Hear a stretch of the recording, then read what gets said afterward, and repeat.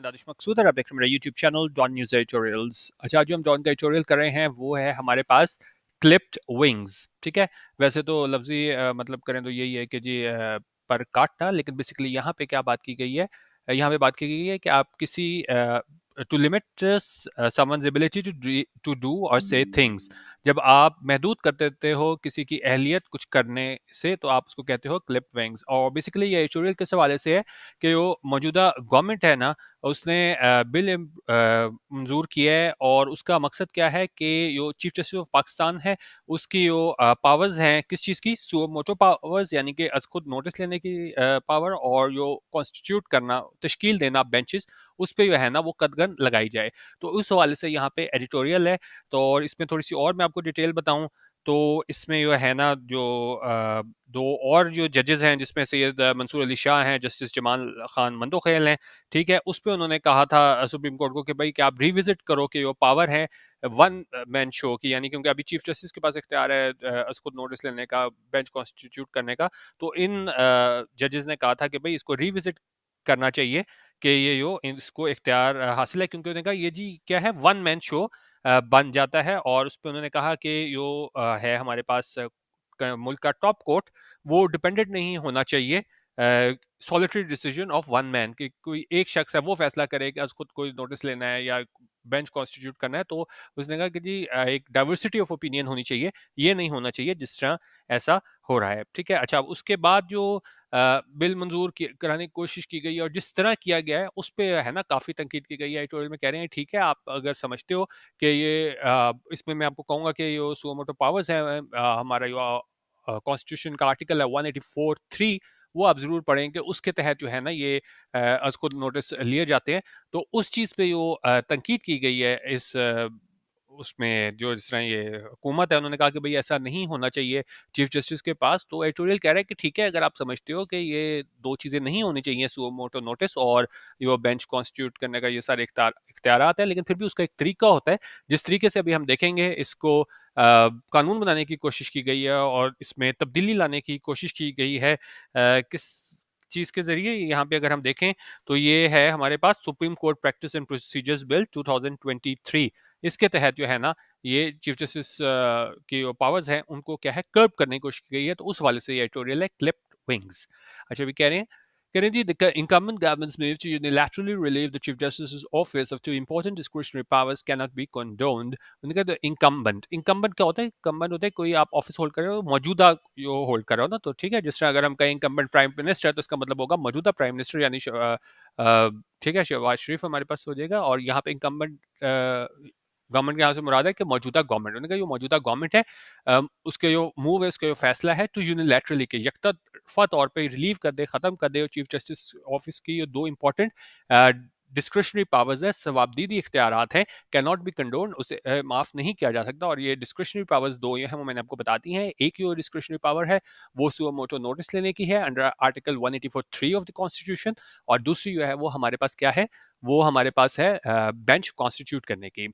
To be clear, there is nothing repugnant in the changes being sought। अच्छा, to be clear यानी कि कोई भी चीज़ है उसको अगर हम बिल्कुल कंफ्यूजन से दूर कर दें, तो मतलब ये चीज़ें मैं बता दी कि ये दो चीज़ें हैं, इस पे तनकीद की गई है। और साथ वो कह रहे हैं कि अगर हम इसको क्या है, टू बी क्लियर यानी बिल्कुल अगर हम वाज़ेह कर दें, देयर इज़ नथिंग रिपग्नेंट होता है कोई चीज़ अनएक्सेप्टेबल हो। तो उन्होंने कहा इसमें अनएक्सेप्टेबल नहीं है in the changes being sought, कि जिस तरह गवर्नमेंट कह रही है कि भाई चेंजेस लाए जाएं, कि जो चीफ जस्टिस है वो ऑल इन ऑल नहीं होना चाहिए, उसको सारे इख्तियार नहीं होने चाहिए। उन्होंने कहा इसमें बुरा कुछ नहीं है, लेकिन अब एडिटोरियल में बता रहे हैं कि लेकिन फिर भी इस पर तनकीद क्यों हो रही है। वो कह रहे हैं कि जी in fact, their hakikat, it has been a long-held opinion in the legal community that the Chief Justice's supremacy powers ought to be regulated to prevent wanton invocation, and that benches found to hear important cases should be more inclusive to reflect the diversity of thought within the Supreme Court।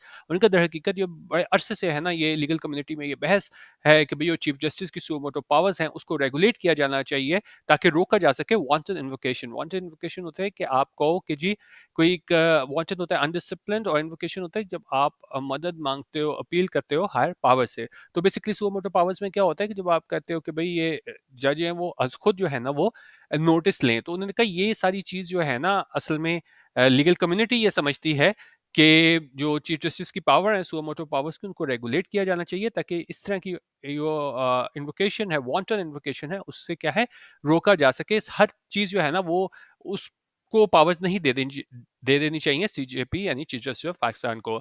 And that benches form to hear important cases should be more inclusive, और उनका जो benches form किए जाते हैं ताकि important cases सुने वो ज्यादा इंक्लूसिव होने चाहिए ताकि रिफ्लेक्ट हो, अक्सी हो डाइवर्सिटी की, डाइवर्सिटी ऑफ थॉट की, किसमें, सुप्रीम कोर्ट में। ठीक है, अच्छा आगे देखें। कह रहे हैं उन्होंने कहा ये ठीक है, इसमें कोई बुराई नहीं कि अगर लीगल कम्युनिटी भी ये कहती है कि भाई आप सीजेपी के जो इख्तियारात हैं उनको रेगुलेट करो, लेकिन मसला पता है क्या है, कोई आप सही काम भी करते हो तो वो सही तरीके से होना चाहिए। उसी वाले से यहाँ बयान कर रहा है। However, the manner in which these changes are being introduced, rather inferred from the superior judiciary, is problematic and likely to have long-lasting repercussions for the trichotomy of powers envisaged under the Constitution. तो हमने कहा उस तरीके से, जिस तरीके से ये चेंजेस जो है ना उनको इंट्रोड्यूस किया जा रहा है, उसको लाया जा रहा है, और हम ये भी कह सकते हैं उसको इन्फोर्स किया जा रहा है, जबरदस्ती थोपा जा रहा है सुपीरियर जुडिशरी पे, वो प्रॉब्लमेटिक है। और इसके क्या है, लॉन्ग लास्टिंग रिpercussions होंगे, देर पर असरात होंगे, कॉन्सिक्वेंसेस होंगे, किसके लिए, for the trichotomy of powers envisages under constitution का जो एक तस्वुर है हमारे पास ट्रैकोटमी ऑफ पावर्स का कॉन्स्टिट्यूशन पे, उस पर है वो लॉन्ग लास्टिंग रिpercussions होंगे। ट्रैकोटमी ऑफ पावर्स है, इसको थोड़ा डिटेल से देख लेते हैं। ये हमारे पास ट्रैकोटमी ऑफ पावर्स होता है हमारे पास, किधर गया, अच्छा ये है कि जी ट्रैकोटमी ऑफ पावर्स ये होती है कि तीन जो ऑर्गन है स्टेट के, जिसमें क्या है, लेजिस्लेचर है, एग्जीक्यूटिव है और जुडिशरी है। लेजिस्लेचर का क्या काम होता है, लॉ मेकिंग का। एग्जीक्यूटिव का होता है कि वो एग्जीक्यूट करे इस तरह का लॉ को, और जुडिशरी होता है, उसका काम होता है कि उसने इंटरप्रेट करना है। ठीक है, तो ये जो चीजें हैं ना, तो ये ट्राइकोटोमी ऑफ पावर्स होती हैं कि आपने सारा अलग अलग अपने स्फीयर में रह के काम इसका करना है। ठीक है, एक मिनट, इसका मेरे ख्याल में इसका यहाँ पे इसको मैं ना ऊपर कर लेता हूँ। अच्छा ये आ गया। अच्छा ये चीज़ें मैंने आपको बता दी, ठीक है। एग्जेक्टिव किधर गया, लेजिस्लेचर, एग्जेक्टिव और जुडिशरी, तो ये हमारे पास क्या है, ट्राइकोटोमी ऑफ पावर्स। और तो उन्होंने कहा ये जो थोपा जा रहा है जिस तरीके से इस कानून को, उसके क्या है, लॉन्ग लास्टिंग रिpercussions होंगे ट्राइकोटोमी ऑफ पावर्स पे। ठीक है, अच्छा आगे देखें। आगे कह रहे हैं जी, the most the government ought to have done at this point was forcefully request the superior judiciary to urgently convene a forum where they could settle the matter amongst themselves। और ज़्यादा ज़्यादा उनका गवर्नमेंट को क्या करना चाहिए था कि वो ना ज़बरदस्ती रिक्वेस्ट करती सुपीरियर जुडिशरी से कि वो कन्वीन करे, बुलाए एक फोरम को जहाँ पे इस सारे मैटर को है ना वो सेटल किया जा सके आपस में बैठ के। There is also the question of optics. It should be noted that the amendments bill was slipped into an ongoing session of the National Assembly through a supplementary agenda after its unusually prompt approval by the federal cabinet। और इनका इसमें सवाल जो उठता है वो optics का भी है कि किस तरह परसीव किया जाता है अवाम की जानिब से और लीगल फ्रेटर्निटी में लोगों की जानिब से, क्योंकि ये जो अमेंडमेंट बिल जो है ना वो ऑनगोइंग सेशन में लेके आया गया नेशनल असेंबली के एक सप्लीमेंट्री एजेंडा के तौर पे, जो इसका फौरी तौर जो है ना इसको अप्रूवल जब किया गया फेडरल कैबिनेट की जानिब से। ठीक है, the government did seem to be in a hurry to have it approved by all relevant quarters so that it could be enacted into law post haste। और गवर्नमेंट जो है ना वो जल्दी में दिखाई दी कि इसको मंजूर करा लिया जाए तमाम हलकों से, ताकि जो है ना इसको इनेक्ट किया जा सके लॉ पोस्ट हेस्ट में, ताकि इसको एक कानूनी शक्ल दी जा सके जल्दी से सब सारा ये काम करके। Currently, the urgency with which the legislation was moved would suggest the government was never really interested in any considered debate and deliberation on it। उनका जिस अर्जेंसी दिखाई गई, जल्दबाजी दिखाई गई कि ये कानून है उसको लाया गया और उसको मंजूर किया गया, वो ये बताता है कि गवर्नमेंट कभी भी इस चीज़ में इंटरेस्टेड नहीं थी कि वो उस पर डिबेट करे, बहस करे और डेलिब्रेशन हो, क्योंकि कोई भी जब कानून बनाते हैं तो आपको डिबेट होनी चाहिए, डेलिब्रेशन होनी चाहिए, तो लेकिन उनका गवर्नमेंट इस चीज़ को नहीं चाहती थी। ठीक है, there was also the question of timing. It was strange that the government sprang into action with the legislative proposal so quickly after the surfacing of the dissenting opinion of two honorable judges of the Supreme Court, in which they objected to a suo motu notice taken by the Chief Justice। और उन्होंने कहा ये timing पे भी बड़े सवाल उठते हैं कि बड़ी बड़ी अजीब बात है कि गवर्नमेंट फॉरन एक्शन में आई इस लेजिस्लेटिव प्रपोजल को लेके, कि जब जिस तरह मैंने आपको एडिटोरियल के शुरू में बताया था कि दो डिसेंटिंग ओपिनियन आया था दो ऑनरेबल जजेस सुप्रीम कोर्ट का, जिसमें मंदुखेल और ये मंसूर अली शाह हैं, जिसमें उन्होंने ऑब्जेक्ट किया था, इतराज़ किया था सुओ मोटो नोटिस जो लिया गया था चीफ जस्टिस की जानिब से। Therefore, the question, does the government have a motive that goes beyond simply reforming the practices and procedures of the court, is inescapable। लिहाजा उनका सवाल कि क्या गवर्नमेंट जो है ना उसके क्या मोटिव है, क्या क्या मतलब ये सोच है उसके पीछे कि योर प्रैक्टिस है उसको रिफॉर्म करना है और योर प्रोसीजर है कोर्ट वो क्या है इनएस्केपेबल है, यानी इससे बचा नहीं जा सकता कि जिस टाइम एक तो टाइमिंग पे बड़ा इस पे इन्होंने फोकस किया है कि जब 2 जजेस का डिसेंटिंग नोट आया उसके ऊपर ये लेके आए हैं अमेंडमेंट कानून में, और जितनी तेजी से इसको इन्होंने मंजूर कराया है तो वो वहां से पता चलता है कि इनकी नीयत नहीं थी कि इस पे बहस मबासा हो इसको लॉ को इनेक्ट करने से पहले. Whether or not the government's legislative intervention is legally sound is a matter of best left to the country's legal minds. उन्होंने कहा क्या गवर्नमेंट की लेजिस्लेटिव इंटरवेंशन है कि भाई ये इसके चीफ जस्टिस के अख्तियारात हैं उनको क्लिप किया जाए, उसको महदूद किया जाए, और क्या ये वो लीगली साउंड है. उन्होंने कहा ये जो है ना इसको छोड़ देते हैं, जो मुल्क के लीगल माइंड्स हैं उन पे.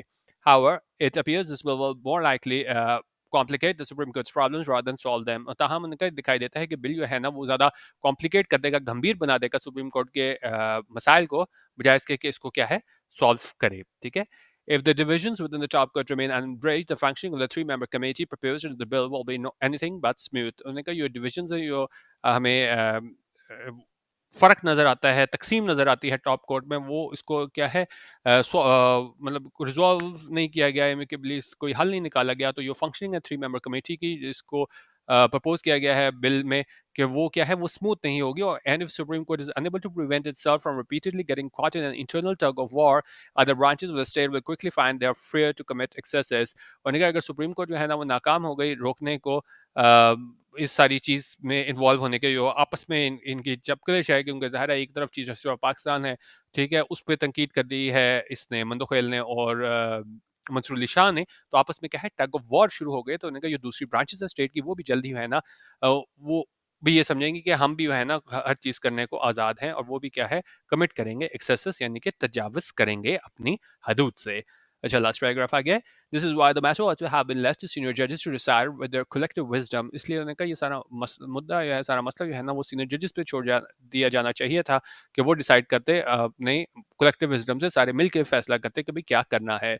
However, the chief justice also needs to act. लेकिन उनका चीफ जस्टिस को भी एक्ट करने की जरूरत है. With pressures growing on his institution, और उनका इसके दायरे पे जिस तरह तनकीद की जा रही है, he must restore its unity and credibility. तो उन्होंने कहा जो चीफ जस्टिस को भी है ना वो बहाली करनी होगी यूनिटी और क्रेडिबिलिटी साख की इस इदारे की, यानी कि सुप्रीम कोर्ट की. One proposal is to have the full court hear the election delay case. उन्होंने कहा एक तो प्रपोजल ये है कि जी जो फुल कोर्ट है वो सुने इलेक्शन डिले केस को.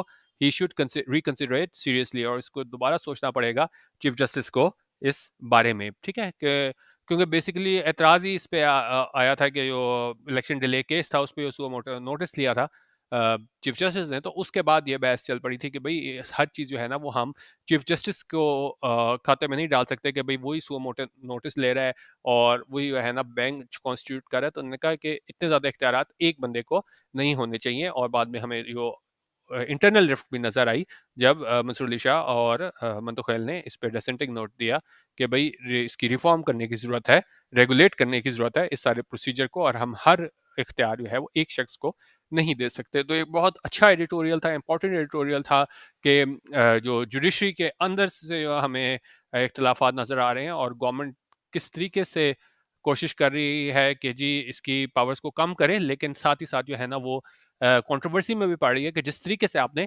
कानून को मंजूर कराया बगैर इस पे बातचीत किए, बगैर बहसो मबासे के. ठीक है, तो ये हमारा आज का एडिटोरियल. बाकी हमारा एडिटोरियल व्हाट्सएप ग्रुप ज्वाइन करना हो तो 0312 419 1070 यहाँ पे व्हाट्सएप करके 200 रुपीज़ ईजी पैसा पर मंथ में आप हमारे ग्रुप का हिस्सा बन सकते हैं, जहाँ डेली एडिटोरियल वीडियो हाईलाइट्स दूसरे इंटरनेशनल मैगजीन्स और पीडीएफ्स शेयर होते हैं. वीडियो देखने का बहुत शुक्रिया. अल्लाह हाफिज़. पाकिस्तान जिंदाबाद.